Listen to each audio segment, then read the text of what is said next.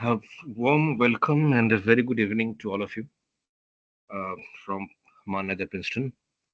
And I am Nilanjan.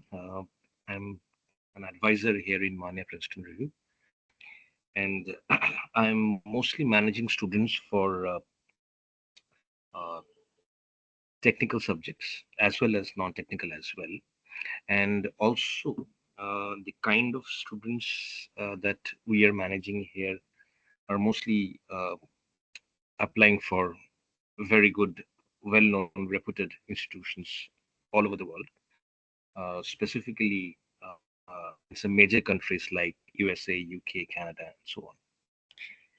Today, in fact, we are planning to discuss some important points about AP, which is technically known as Advanced Placement, which is an important application component for undergraduate applications all over the world. Uh, we are going to discuss mostly the points about AP which you should be able to remember before you take a decision on why should you consider AP at all, and the kind of details that you need to remember. Uh, Now, as the uh,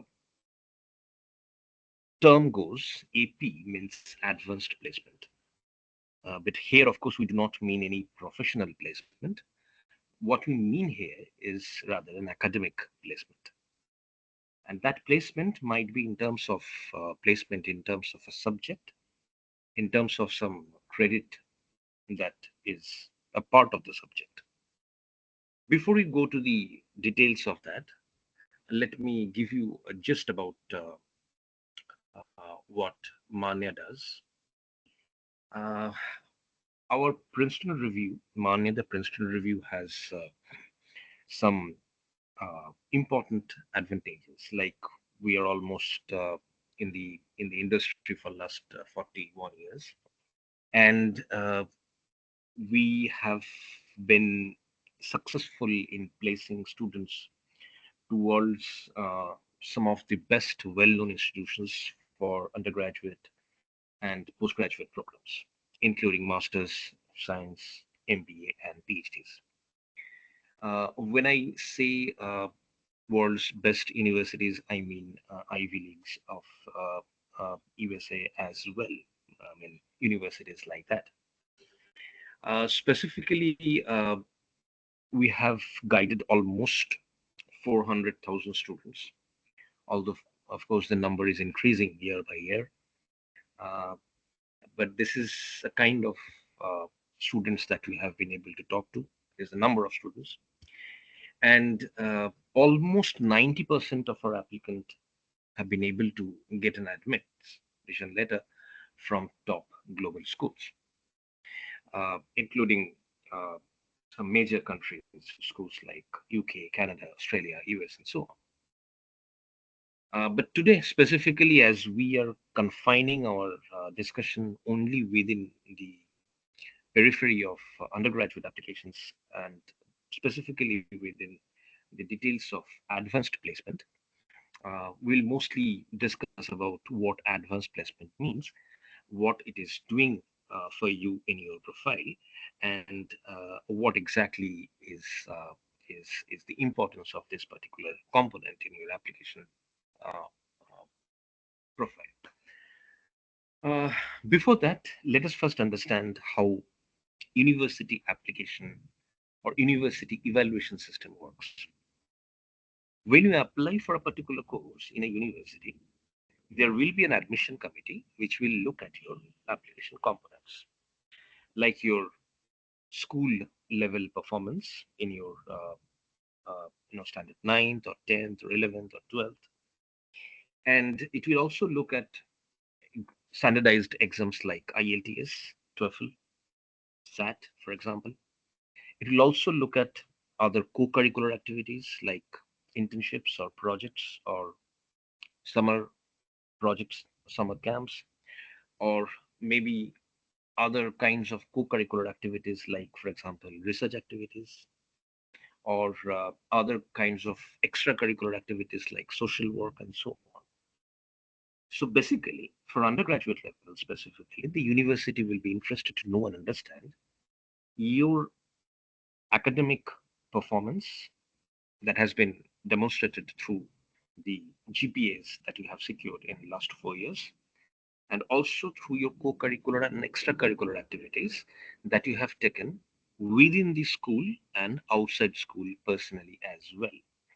So as a whole, the university selection committee will try to understand the suitability of your candidacy by examining your overall performance and overall personality that will be reflected through all the activities, all kinds of activities that you have taken. Now, adverse placement, which is of course another kind of activity that is a part of your application profile, is purely an academic activity. And adverse placement is technically a kind of, a series of subjects which you need to study, which you need to study for your, exam on those particular subjects, and the results of those exams will be utilized to understand whether you are capable enough to take college level courses, whether you are prepared enough to take college level courses, also to understand whether you are serious enough to take college level courses, and also to understand whether you have taken a strong and uh, serious initiative to learn and understand some higher level courses at your school level itself. So there will be a set of subjects that will be already decided. You need to choose some specific subjects, like two to three, based on which particular subject you want to take as your major in your undergraduate. For example, if you want to apply to a particular university of XYZ in the field of, say, computer science, or field of, say, commerce, or say, for example, arts or humanities, there will be a set of subjects which are available in these advanced placement subjects list, which you need to take specifically, read it, understand it, prepare yourself for those particular exams separately, write those exams, get the score, report the scores to the university to show them that you have taken initiative to understand those college level courses in your school level itself, and those courses will be utilized by the university admission committee to grant you few, you know what do you call, to give you few advantages over others which who do not have these courses. We will talk about these advantages in the upcoming slides. These slides actually talks about that there is an admission committee which will look at each and every component of your profile, including AP or adverse placement. Now, specifically coming to a country like USA, where you know most of our students, in fact, a lot of students globally uh, go for their higher studies. Even from India as well, most of our students are going to USA on a, per year, uh, as compared to other major countries, for many reasons. USA almost has 4,500 universities. And of course, you are not going to apply to all those 4,000 universities, but you will be choosing 10 to 15 universities based on the course that you want to do, based on the credentials that you have, the academic background that you have, and based on your consultation with those who know about it. So once you have been able to decide the universities where you would like to apply to, what you need to understand is what is their policy as far as AP is considered. We'll talk about the policy later. Uh, the policy is important because each and every university looks at your AP from a very different perspective. But of course, the purpose is very same. I mean, as we have discussed, the purpose, he wants to understand whether you have taken initiative to learn few special subjects which you're going to learn anyway in your undergraduate, whether you have done this in your school level, whether you have read it, understood it, whether you have written an exam on that, got some good score which makes sense, and so on. Now, coming back to the components or the things that will be evaluated, there are six components on which your profile will be evaluated. One is grade point average, the school level, high school level performance, 9, 10, 11th, and 12th in most of the countries. SAT score, yes. TOEFL or IELTS score, yes. Application essay is once again going to be one of the most important components in the entire application portal. The quality of the application essay will decide a lot of things for you, extracurricular activities, and of course, at the end of the day, letter of recommendations and interview if that is also a part of the application evaluation system. So basically, these six components are the components on which your profile will be evaluated by any globally, good, reputed university. Now, I have not written AP here because I've already discussed where AP will come. AP is actually a kind of a, academic component. Now, when I say AP, as I have told you, that advanced placement is not exactly an advanced, professional placement; is an academic placement. By this, I mean that when you write few subjects and get a score in those AP exams, universities will look at the AP exams scores. Universities will always have a specific AP policies when they will look at your AP score. They will let you know that this is the score that they expect from this particular subject. And if you get the score, then they will may award you few advantages. Like, for example, they may allow you to skip some subjects which you are going to read or study anyway in undergraduate course. But since you have already done your AP on that subject, they may allow you to skip those subjects in undergraduate courses. Or uh, they may simply give you some credit points as well, because you have to do some particular number of credits in the entire 3 or 4 years of undergraduate. So if you get a certain marks, a certain score in a particular AP exam, subject exam, that mark or that score will be translated into a particular number of credit.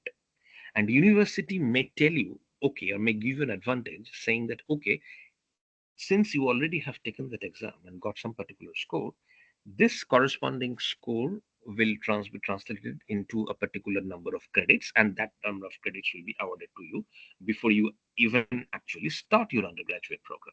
So this is a kind of an advantage that kind of consider before you join the UG program for that particular university or before you actually apply for that program.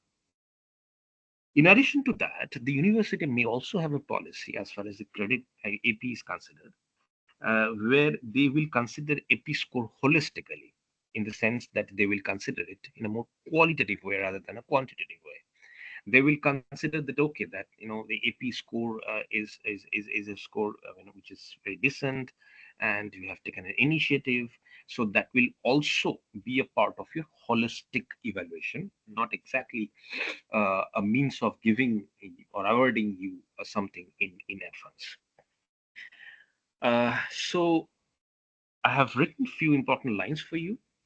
So this is a method or process which allows you to finish your course early by earning credits or skipping introductory level courses that might be mandatory to complete your UG course. So as I've told you, some subjects that you will be taking in your in your UG program, sorry, in your AP program, uh, and the score that you get will be translated into some credits. So that credit will be awarded to you by the university where you'll be applying.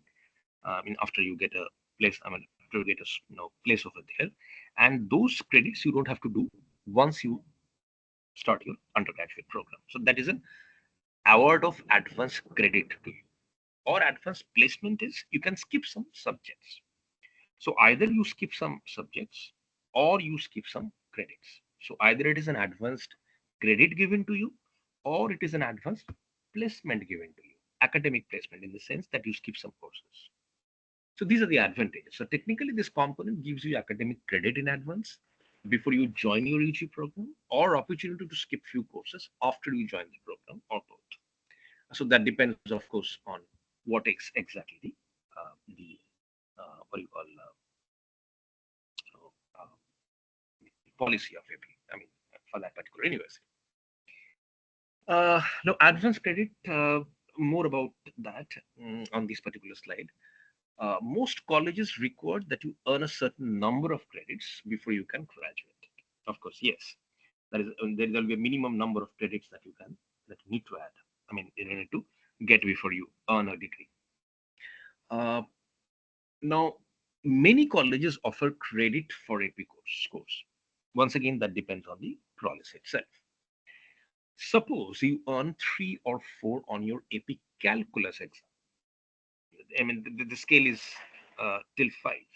So if you get 3 out of 5 or 4 out of 5 uh, in a particular subject in AP, or for example, AP calculus, your college grants you 8 credit for the score. Just an example. It might be a little more, less, or than more than that. This means that you can start your college level course already with 8 credits on your transcripts. So this will be kind of a translation to your credit. The number will be translated to your credit. So that is how it is done. In fact, if you find the credit policy of the universities, they will mention, if there is a policy, they will mention that yes, I mean, if you take this exam, you need to get this score to get this credit. If you take this exam, subject exam, you need to get this score out of 5 to get this credit, and so on. Advanced placement. Advanced placement, like advanced credit, as I've told, that it will allow you to skip some introductory level courses and go to higher level courses because you have already done a similar courses which is having a similar level of difficulty already in your school level.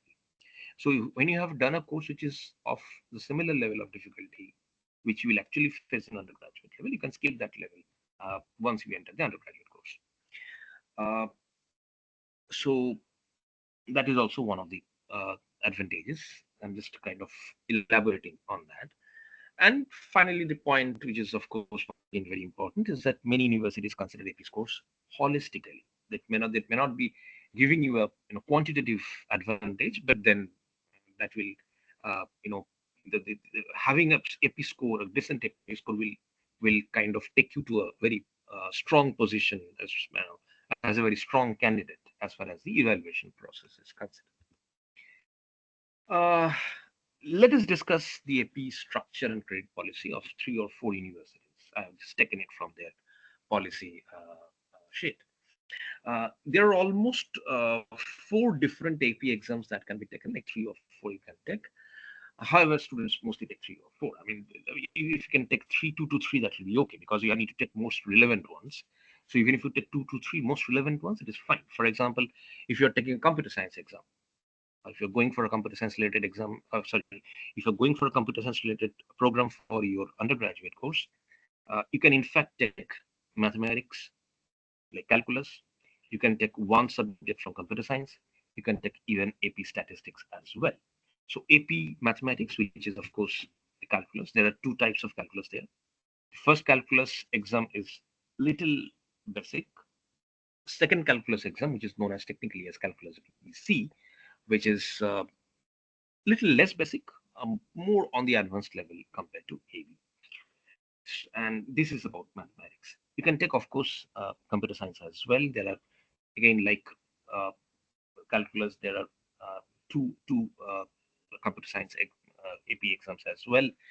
One is related mostly to the computer programming, another is related to mostly computer data and network and so on. So you can take one computer, one mathematics, and one statistics. So you need to choose your subjects accordingly. And if you choose your subjects accordingly, I think 2 to 3 subjects will be good enough for one major course. But there are, many subjects are available in the AP list itself. For example, mathematics is available, physics is available, chemistry, biology, computer science, statistics, psychology, micro and macroeconomics, environmental science, psychology, uh, and humanities, like for example, world history, American history, arts and design, English language, English literature. All these subjects are available. So based on which particular major you are looking at, You need to choose your AP subjects accordingly. Grades are available to 1 to 5. I've already told you this. Maximum grade that you can get is 5. So if you take 5, you are technically extremely qualified for that particular subject. And many good universities expect you to have 5. And at least 3. So 3 to 5 is a kind of an expected range that you can always see for many good universities. And that, in fact, that range will allow you to have some advanced grade replacement. If you go beyond less than that, then for most of the universities, you'll not be kind of awarded any advantages. But in most of the cases, it's between 3 to 5. Credit policies. For example, for New York University, if you wish to apply, say, with 3 AP exams results, I just read it out for you because that is important. We require one from a, suppose if you wish to, I mean, this is taken from the NYU website itself. They say that if you wish to apply with 3 AP exams results, we require one from a humanities exam, one from maths or science, and one from exam of your choice. So they would, I mean, uh, if you just look at these particular statements, it looks like they are more interested to understand the holistic development of your profile. One from science, one from humanities, and one from whatever you want. Uh, so that gives you an idea that okay, NYU is more interested to understand how good you are in developing your profile holistically. For Stern and Tandon, which are like very well known, one of the exams must be in math, pre-calculus or AP calculus A, B, C, or statistics. Uh, as I have already tell you that they are like two calculus exams, A, B, and B, C. Pre-calculus is just a fundamentals of those what do you call mathematics principles, which you need to learn to understand the basics of calculus, like differentiation or integrations, or even applications of differentiation integrations will be there in the BC. And in AB, it will be like more of fundamentals of this differentiation or integration. Pre-calculus is just mathematical principles which you need to understand before you go to calculus. So these are the things that they would like you to take for mathematics and statistics as well, because most of the technical subjects which are related to computer science or computer science itself require statistics. Data science requires statistics. Computer science or engineering requires statistics. Statistics itself requires statistics. Economics requires statistics, and so on. So statistics becomes one of the most kind of interdisciplinary subjects. Even for physics also you can take statistics. Even for mathematics itself you can take statistics, and so on. So statistics finds its place everywhere almost. Like whenever you take a technical subjects, there is a high probability that you will take statistics for that particular subject as well as one of the AP exams. Uh, these exams must have been taken prior to the date of application, which is kind of a very normal expectation from all colleges, that they want you to have a what do you call a valid AP score. Of course, AP can be taken at any point of time. When I say any point of time, I mean you can take it in standard ninth, you can take it in standard 10th, 11th, or even 12th as well. But there is a particular time when you can actually write the exam, but there's a particular point of time when you can actually register for the exam. But you can do it like whenever you are in school, in high school, like 9th, 10th, 11th, or 12th. Georgia Tech, for example. Um, Students entering Georgia Tech may receive college credit based upon their scores on the College Board Advanced Placement taken in conjunction with designated high school advanced placement classes, set results, and so on. So it is once again a kind of holistic. University of Michigan, Ann Arbor. Like, once again, it's very well-known institutions in India. Sorry, in USA, and which is also known for offering many good STEM-related courses. For example, computer science A, you need to get 5 to be able to convert it to an equivalent score of credit 4. So that is how it is done. I mean, these are the examples where you can find an example where it is considered holistically, it is considered for advanced credit, or it is considered for an advanced placement as well. Uh, Now let me know, whether you have some particular things in your mind, set of questions, not always confined to whatever we have discussed today. Uh, in general some other components of your program as well, or your course, or the universities and so on, that is also fine with me. Uh, yeah, so the session is open to you. We have few minutes to discuss the question and answer session. You can unmute your mic to ask questions or discuss, or you can write your questions in the chat box. Thank you.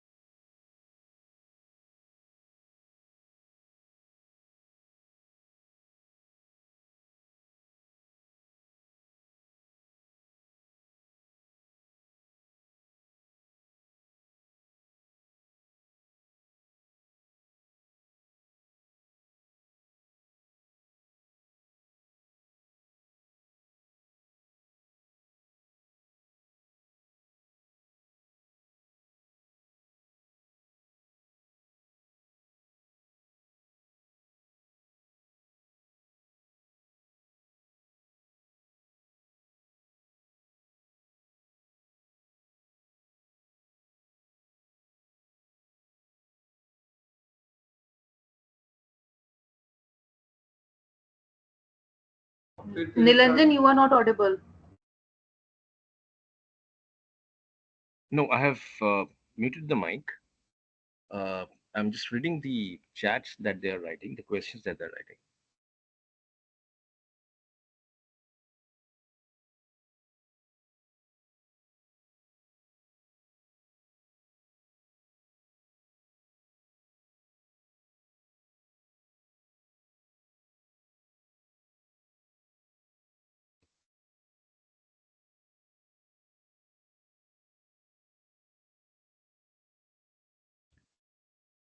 Ashima, you have written how many AP exams can a student give? Is there a limitation? Uh, no limitation as such. I mean, what we normally suggest is, see, you will find there will be like 2 to 3 exams, 2 to 3 subjects that should be uh, relevant for one particular major subject. For example, if you are taking mathematics, then mathematics, then calculus and statistics should be good. Even within mathematics, you have three different subjects like pre-calculus, calculus AB, and calculus BC. Um, if you are taking, for example, economics for your major, you can take micro and macroeconomics and statistics. If you're going for, say, uh, as say for computer science, you can take computer science, 2 subjects from computer science and uh, one from statistics or from mathematics as well.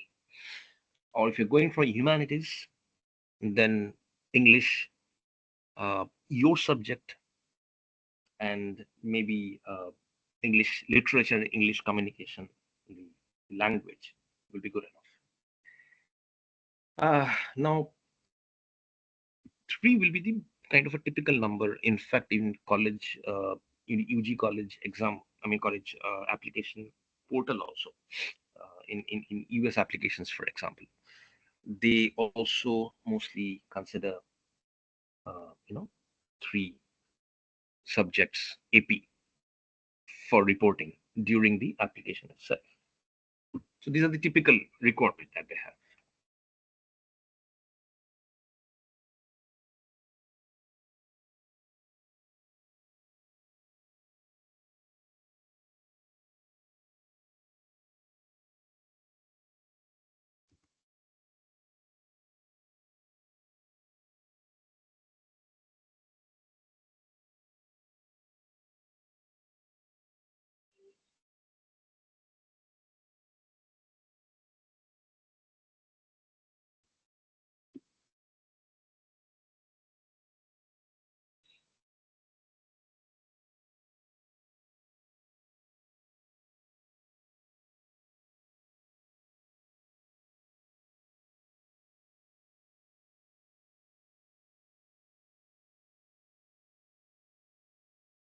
Yes, sure. Okay. Any other questions or confusions about AP or about the process in general?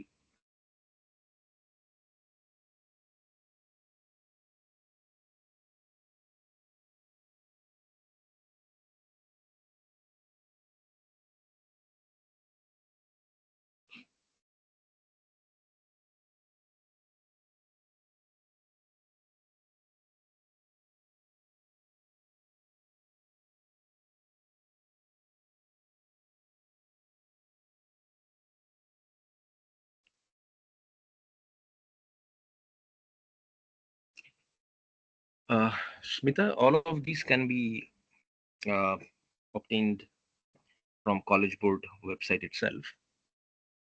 The list of subjects, the content that you need to go through for the exams, when to write, and uh, the syllabus.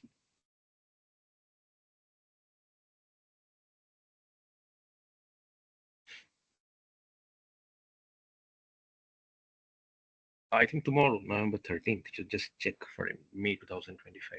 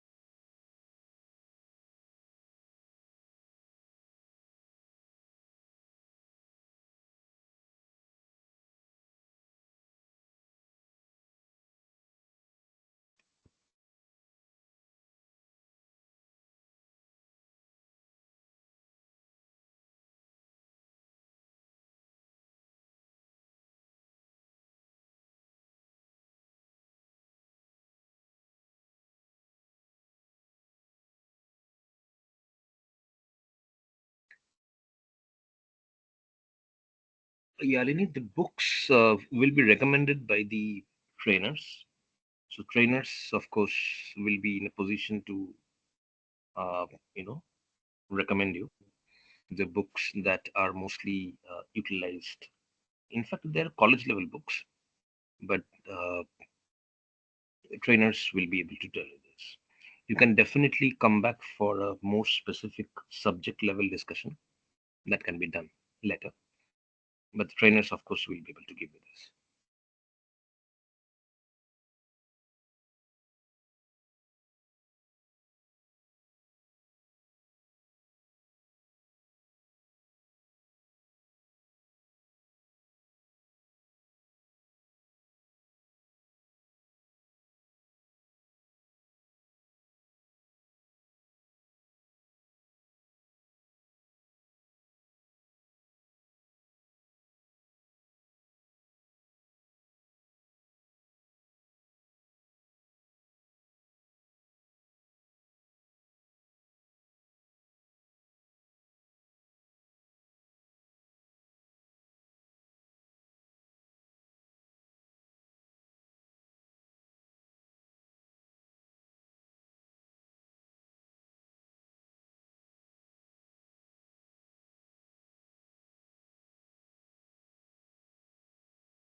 All right. So maybe we'll wait for another couple of minutes and then we'll sign off.